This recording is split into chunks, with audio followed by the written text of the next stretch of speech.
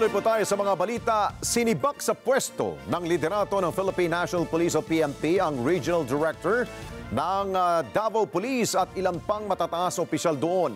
Yan ay para bigyan daan ang investigasyon sa mga overkill na operasyon sa mga ari-arian kung saan bigong maaresto si Apollo Kibuloy at 5 iba pa na kapwa-akusado sa iba't ibang kaso. Mar Gabriel sa balita.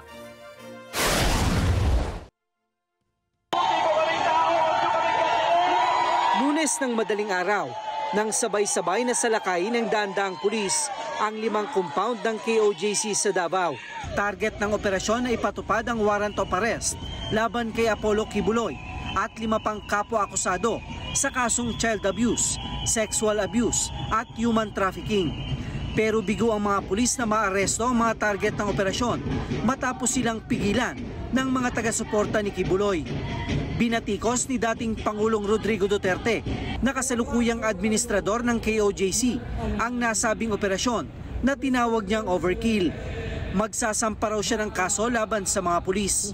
Kakapatan po ng grupo po ni Pastor Kibuloy at ng KOJC leadership o kung sino man po na representante po nila na maghain po ng anumang kaso at yan naman po ay haharapin po ng PNP. Parte po yan ng due process, parte po yan ng pagkilala sa ating mga hukuman at sa ating mga korte.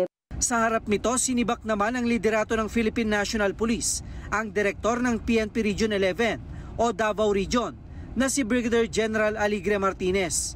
Inalis din sa pwesto ang Directorate for Operations na si Major General Ronald Lee at ang hepe ng Intelligence Group na si Colonel Edwin Portento. Lahat sila itinalaga muna sa Police Holding and Accounting Unit habang gumugulong ang investigasyon. They were administratively relieved to give way po sa ang gagawin po nating investigasyon kung nagkaroon nga ba ng lapses, nagkaroon nga ba ng pagmamalabis, nagkaroon nga ba ng negligence of supervision, at titingnan natin yung manner ba ng pagsaserve po ba ng warrant ay naging tama, wala po ba tayong na-violate doon sa police operational procedure. Si Senador Robin Padilla maghahain ng resolusyon sa Senado para imbestigahan ang operasyon ng PNP sa compound ng KOJC. Layon daw nitong tukuyin kung may naging pagmamalabis sa aksyon ng mga pulis. Kung ang PNP ay bukas sa pagkilala at nagpapasakop po sa mga legal process, sana ganun din po sina Pastor Kibuloy. Harapin po ninyo ang inyong kaso, wala pong paghuhusga sa parte po ng PNP dahil ang gusto nga po natin ay humarap sila sa korte, ibigay po nila yung kanilang mga ebidensya to disprove kung ano po na mali po itong mga inaakusa sa kanya. Kasi yun naman po yung essence ng due process. Bibigyan po sila ng pagkakataon. Sagutin po ito. Bukod sa matataas na opisyal ng PNP, tinanggal din sa pwesto ang 9 na tauhan ng CIDG, 2 tauhan ng SAF at 1 taga-traffic enforcement unit.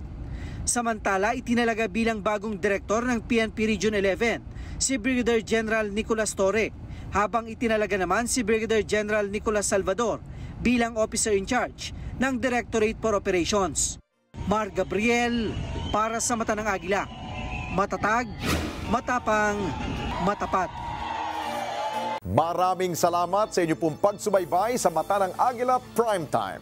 Para malaman ang matatag, matapang at matapat na mga balita, i-follow lamang at mag-subscribe sa @Net25 TV.